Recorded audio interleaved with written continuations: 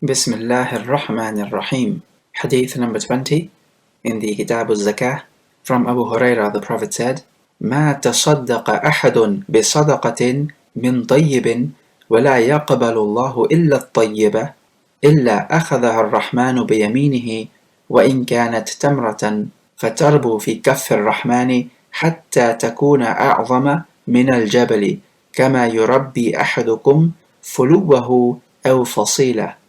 He says, no one gives sadaqah from the goodly earned wealth, and Allah only accepts the goodly earned wealth, except the Ar-Rahman, meaning Allah will take it with His right hand, even if it is a date, and He will nurture it and increase it in His palm, meaning in the palm of the Rahman, until it becomes greater than a mountain. Just like one of you nurtures his fulu or his fasil. Now these are baby camels who are not breastfeeding anymore from their mother. So they are not dependent on their mother anymore. But nevertheless, the owner of the camel must take care of these baby camels, and so he does so until the baby camel grows larger. So in this way then, we find the Prophet gives the analogy of how the person treats his camel, takes care of it until it becomes larger. So Allah Jalla wa Ala accepts your sadaqah, takes care of it, and makes the reward even larger than what you gave.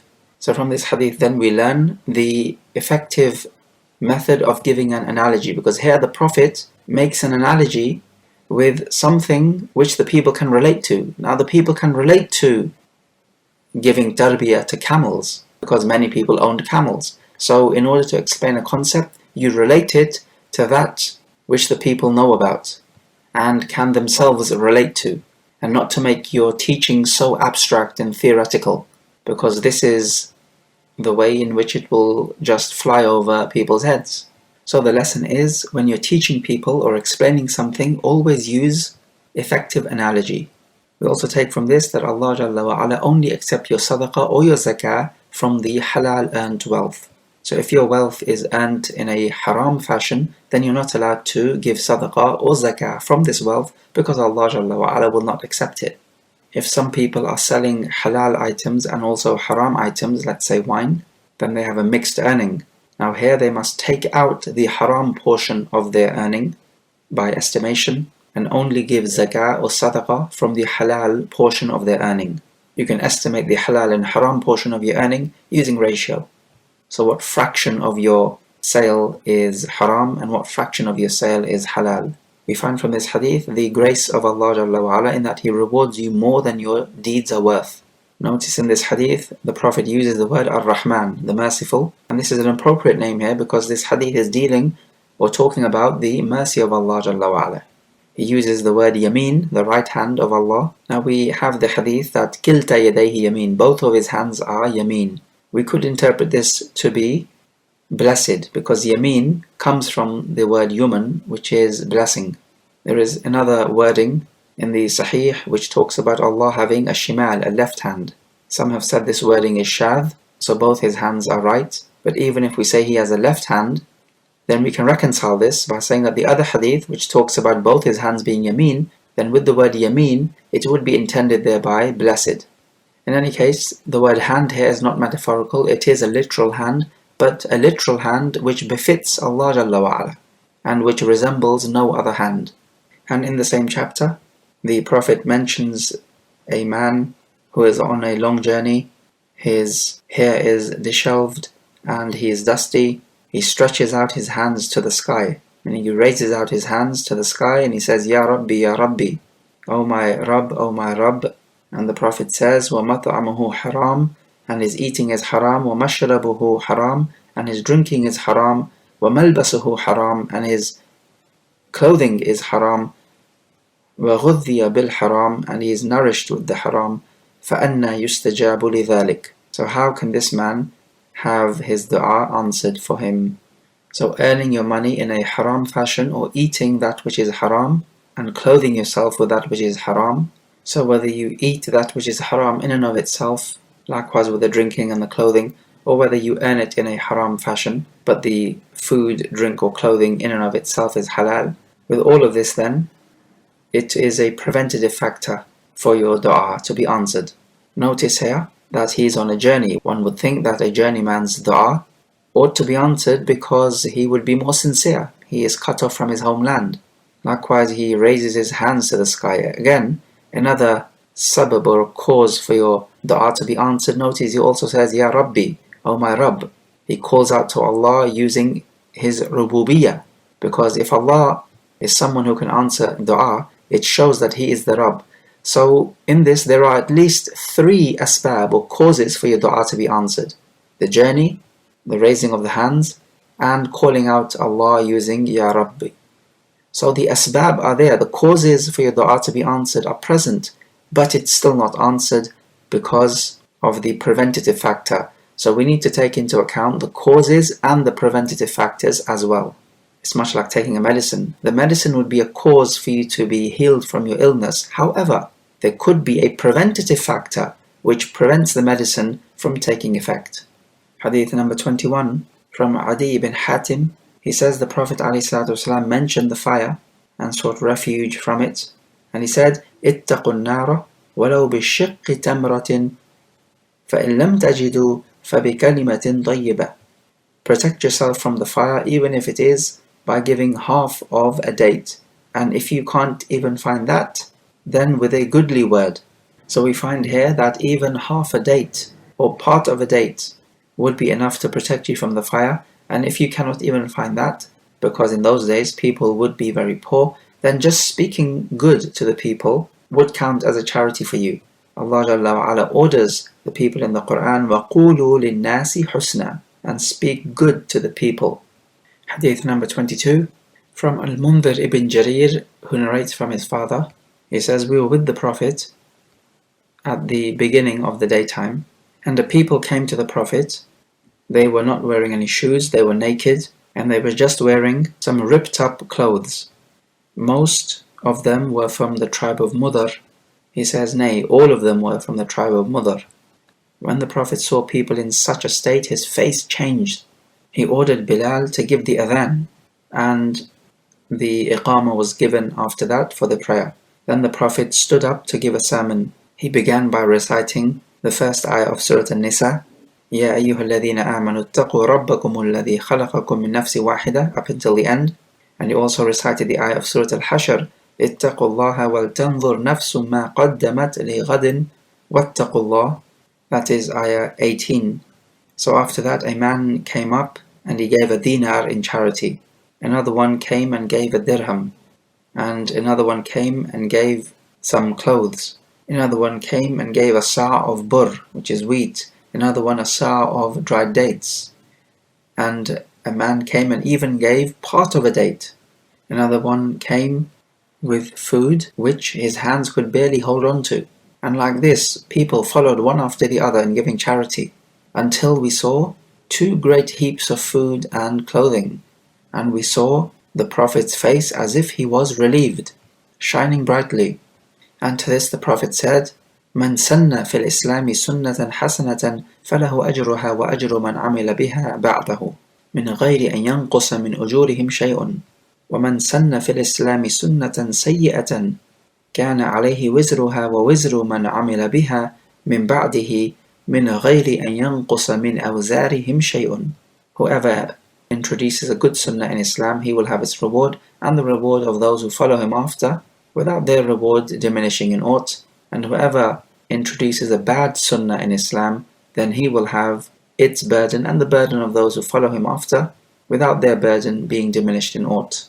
Notice in this hadith, the Prophet says sunnah in Islam, so this does not refer to bid'ah. It refers to introducing a sunnah which the Prophet had already introduced, but the people had forgotten. And then when you give life to this sunnah and people follow you, then you will have its reward and the reward of those who follow you, without their reward diminishing in aught. And the same thing happens if you introduce an evil sunnah, an evil way in Islam. Maybe you introduce a particular act of ibadah and pass it off as the sunnah.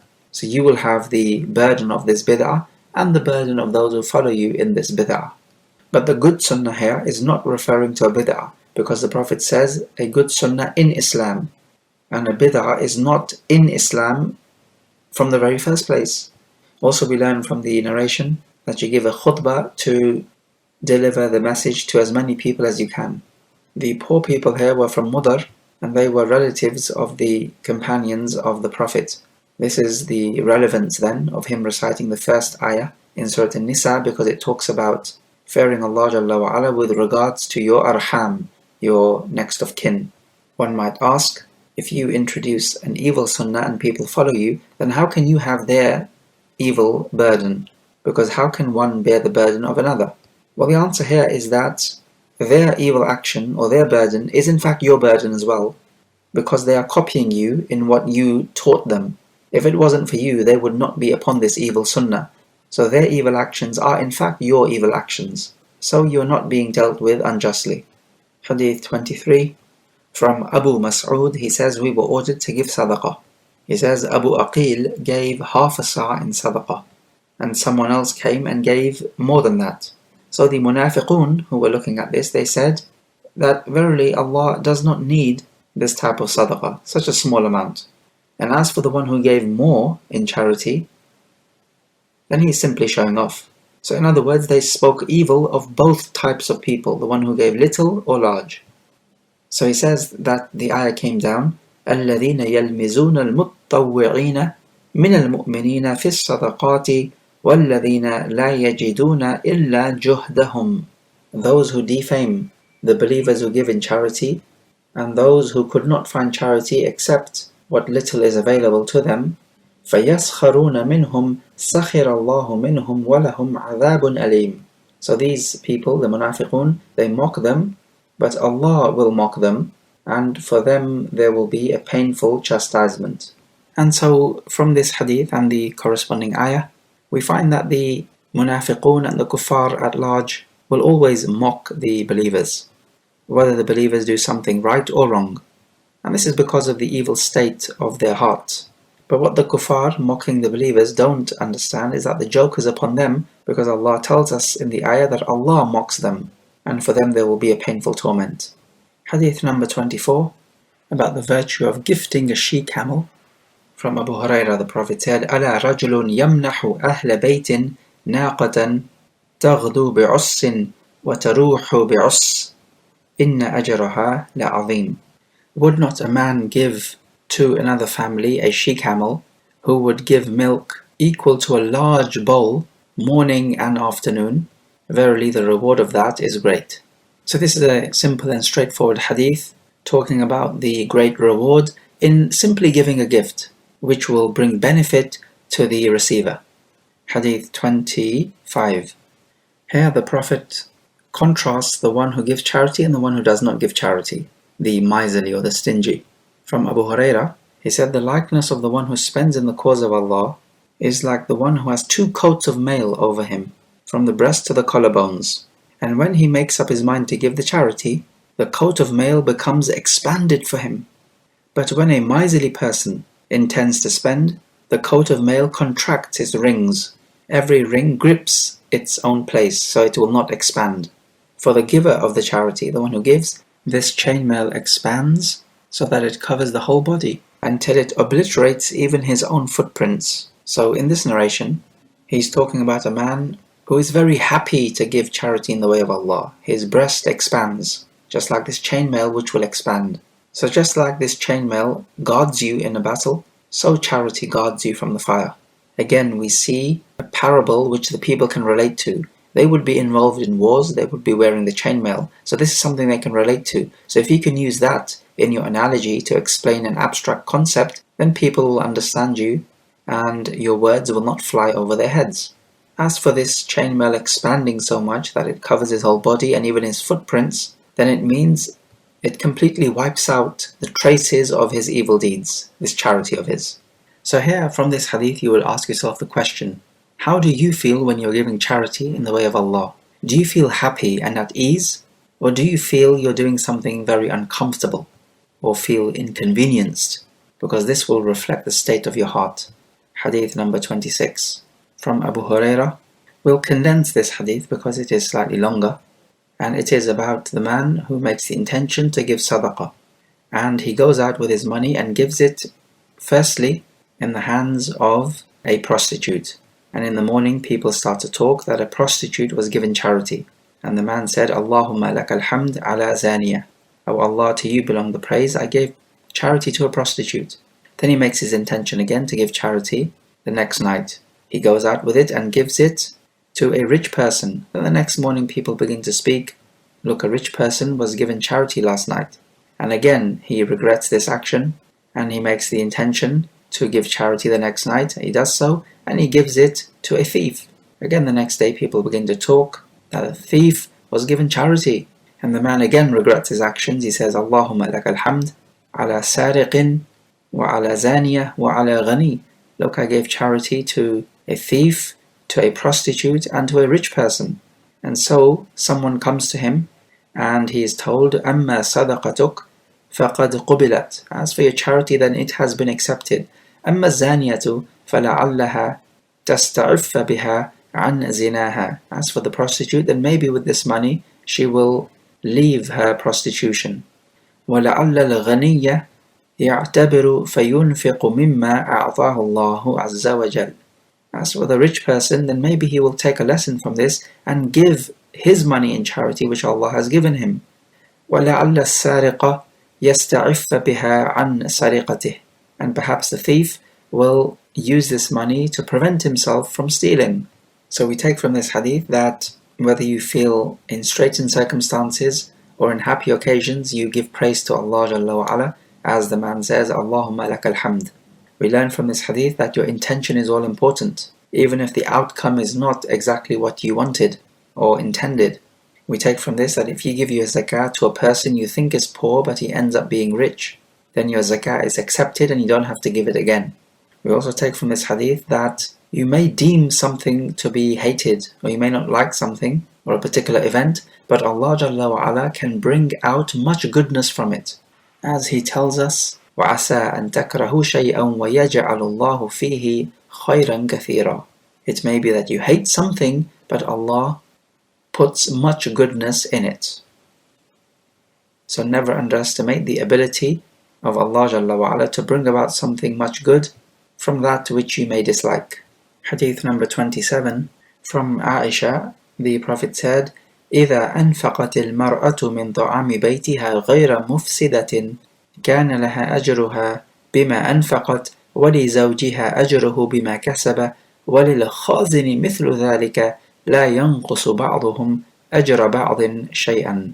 If a woman gives charity from the food of the house, but she does not do so excessively, then she will have the reward for what she spent, and the husband will have the reward for what he earned, because he earned the food of the house.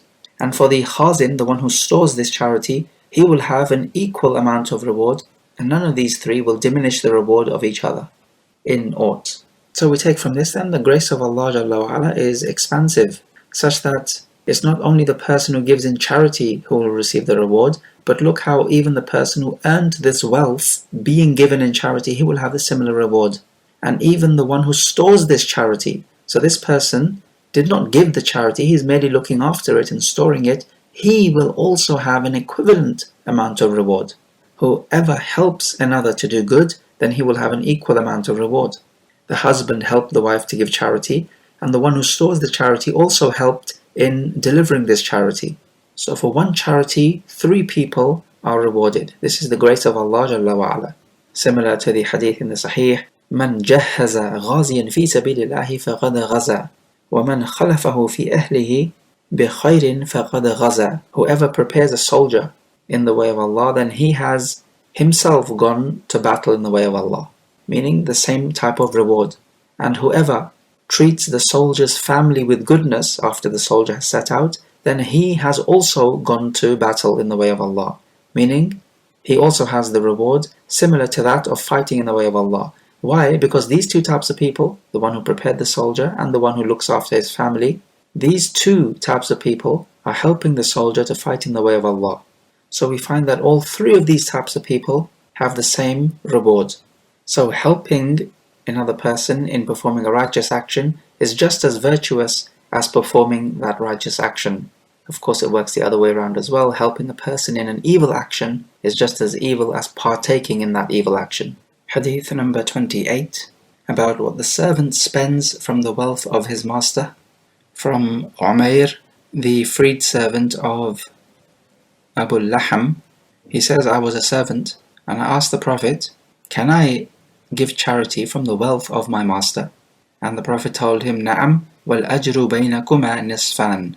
Yes, you can, and the reward will be divided up between you both, meaning between you and your master.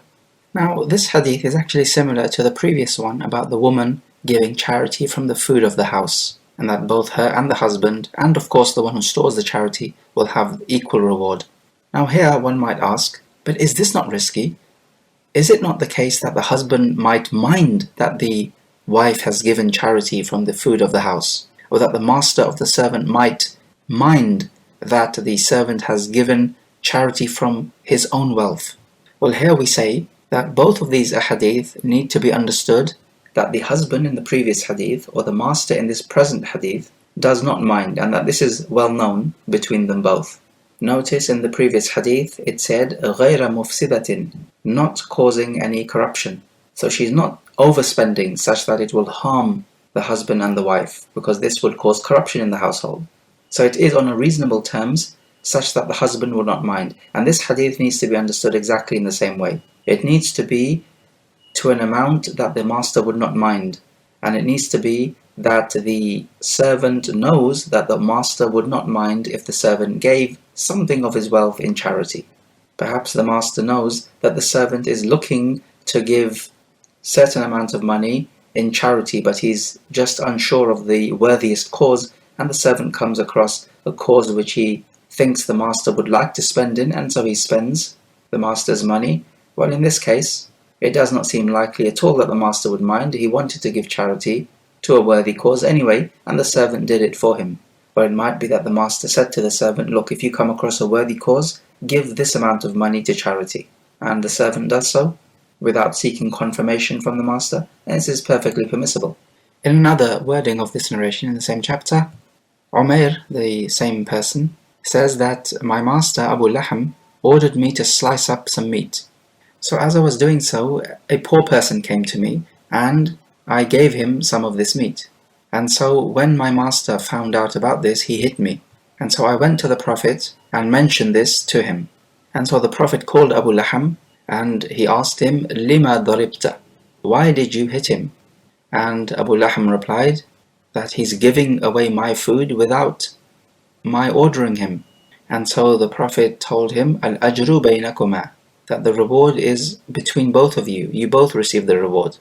So though it is true that one ought not to give away the wealth of someone else without his permission, whether it be the servant giving away the master's wealth or the wife giving away the husband's wealth, this ought not to be done except if you know that they would be happy with such a charitable act. But if it was done, then still, even though the master or the husband did not agree to it, they still receive the reward. And this is the effects of the charity. You did not intend it, but you still receive the reward. Because at the end of the day, the benefit of the charity has reached the recipient. And if the benefit is in effect, then the reward is also in effect. Hadith number 29. From Abu Hurairah, the Prophet ﷺ said, لا تصم المرأة وبعلها شاهد إلا بإذنه ولا تأذن في بيته وهو شاهد إلا بإذنه وما أنفقت من كسبه من غير أمره فإن نصف أجره له. A woman should not fast whilst her husband is present except with his permission, and she should not allow anyone to enter the house except with his permission if the husband is present, and whatever she spends from her husband's earning without him ordering her to do so, then he has half the reward. So as for the fasting then this applies to the nafilah fasting. It does not apply to the wajib fast of Ramadan. If the husband is absent, then she can fast whatever she wants. If she's making up for the Ramadan fast, then she ought to seek the permission of the husband, because the point here is that the time is flexible. She can delay it all the way up till just before the next Ramadan. So she should ask the permission. But if the time is constricted, so for example she has 5 fasts to make up, and the time left for the next Ramadan to enter is 5 days.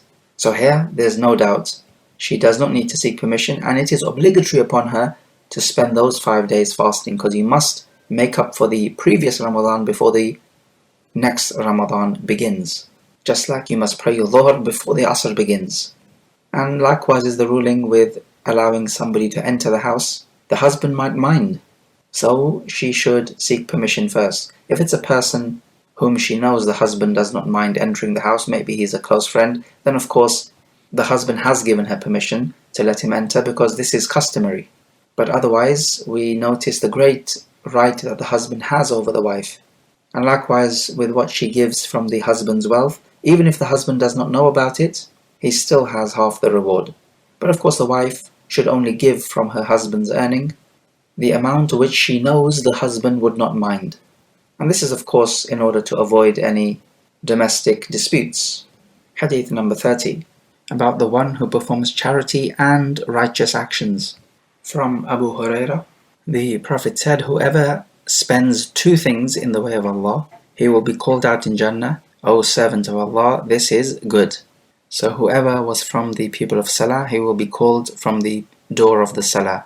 Whoever was from the people of fighting, he will be called from the door of fighting. And whoever was from the people of charity, he will be called from the people of charity. And whoever was from the people of the fasting, he will be called from the door of Ar-Rayyan.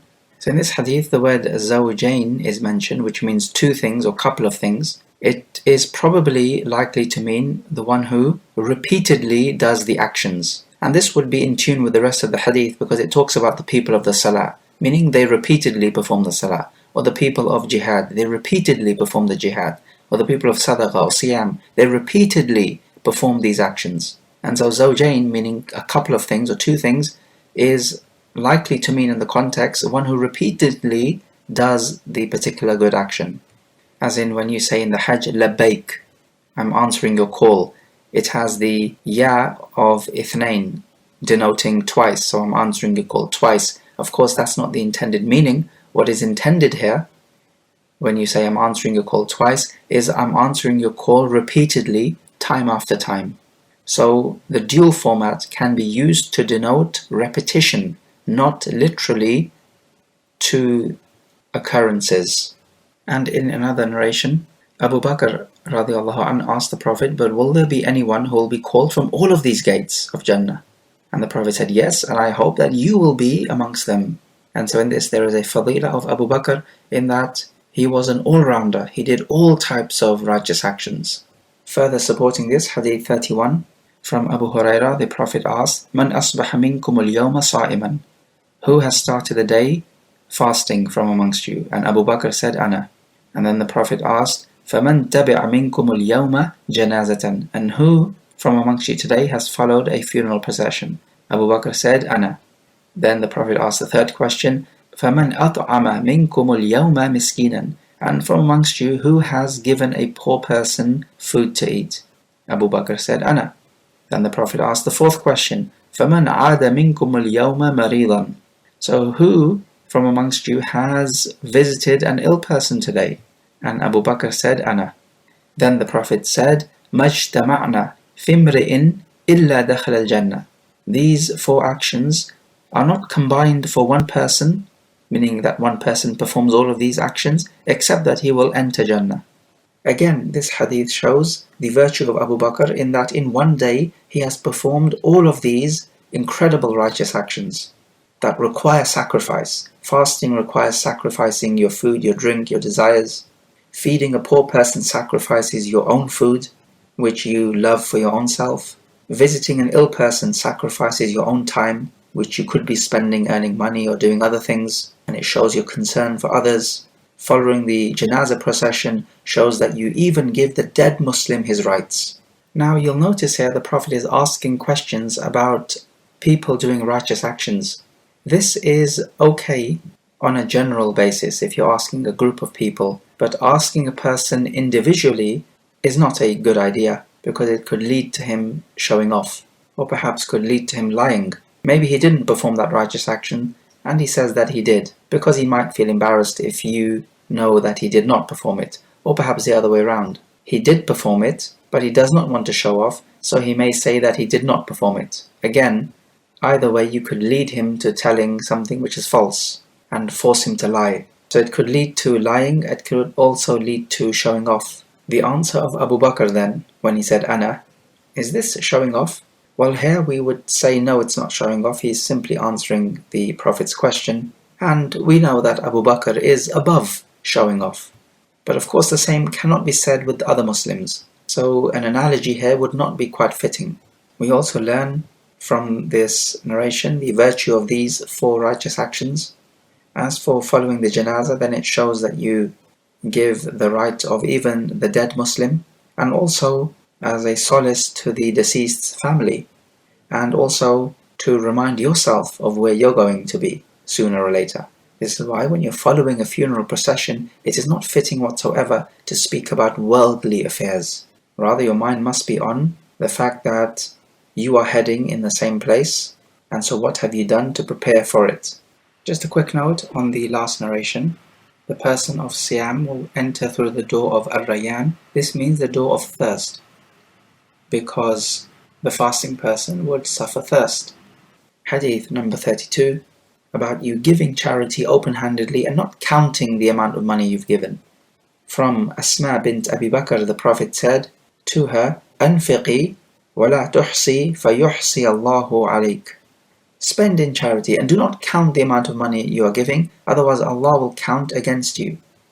So you give money and you ask yourself, well, how much money do I have left? Because this type of attitude would make you feel ill at ease when you see your money decreasing. Because anyone who sees his money or witnesses his wealth decreasing is going to put him ill at ease, and it may discourage him from giving charity and can lead him to stinginess.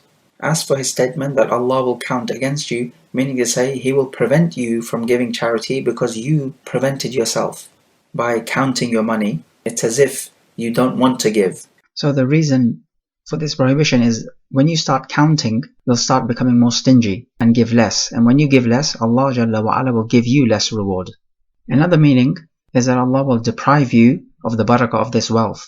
And there is a similar narration which supports this meaning in Musnad of Ahmad, where Aisha radiallahu anha says that when the Prophet died, she only had a little barley, sha'ir, which was on her shelf, and she would eat from it. And she found herself eating from it for a long time, longer than what she would have expected. Then she measured how much she had. After she measured it, it ran out. So the point is, do not measure how much wealth you have, as your heart becomes attached to it and not attached to Allah Jalla wa Ala. Hadith 33, giving charity even if it is something small. From Abu Hurairah, the Prophet said, Ya nisa al-muslimat, la tahqiranna jaratun li jaratiha walau firsana shat.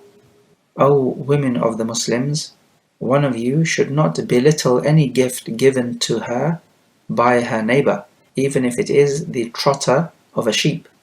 We find from this hadith, do not belittle any amount of charity. So even if you're giving a small amount of charity, do not say to yourself, oh, this is such a small amount, nobody's going to like this, nobody's going to accept this, what's the point in giving such a small amount of charity? No, rather you give even this small amount of charity. Previously we read the hadith, اتقوا النار ولو بشق تمرة فإن لم تجدوا فبكلمة طيبة. And so part of a date is nothing, however, it is still enough to prevent you from entering the fire. And so this hadith is of the same meaning. Even a small amount of charity should not be belittled, and you must give that amount if you are able to. It could prove to be the cutting edge which you need in the hereafter. Also, we learn from this hadith about giving gift or charity to your neighbor. It encourages love and affection between two people. Hadith 34, from Abu Hurairah, the Prophet spoke about 7 types of people who will be in the shade of Allah, the day when there will be no shade except His. Let's just quickly go through the translation of this. Number 1, the just Imam. Number 2, the youth who grew up in the worship of Allah. Number 3, the man whose heart is attached to the masjid. Number 4, 2 people who love each other for the sake of Allah. They meet each other for His sake and they depart for His sake. Meaning to say, when they meet each other, they love each other for the sake of Allah, and when they leave each other, they love each other for the sake of Allah. And number 5, a man who is called by a woman of beauty and high status to commit zina, but he says, Inni akhafu Allah azza wa jal, I fear Allah azza wa jal. And number 6, a man who gives sadaqah in private, he conceals it, such that his left hand does not know what his right hand has spent. And number 7, a man who remembers Allah alone and his eyes are filled with tears. So the shahid from this hadith is about giving charity in secret. Allah says, إِن تُبْدُوا الصَّدَقَاتِ فَنِعِمَّهِ وَإِن تُخْفُوهَا وَتُؤْتُوهَا الْفُقَرَاءَ فَهُوَ خَيْرٌ لَكُمْ. If you give charity in open, then what an excellent deed this is, because you could encourage others to do the same thing. But if you hide it and give it to the poor, then this is better for you. So the asl is that when you do righteous actions, do it secretly, this is better for you. Unless it be the case that you could be setting the example for others to encourage them to give charity because maybe they're not giving charity, then in this case you would be well justified to give charity in open. And this is not showing off, rather this is encouraging others to do righteous actions. Because in giving charity here, you're not seeking the praise of other people. That would be showing off, when you're seeking others to praise you. Otherwise, this hadith deserves a whole separate explanation in and of itself, but this is outside our scope presently. Hadith 35, about what is the best type of sadaqah. From Abu Hurairah, a man asked the Prophet, Ya Rasulullah, ayyu sadaqati a'zam?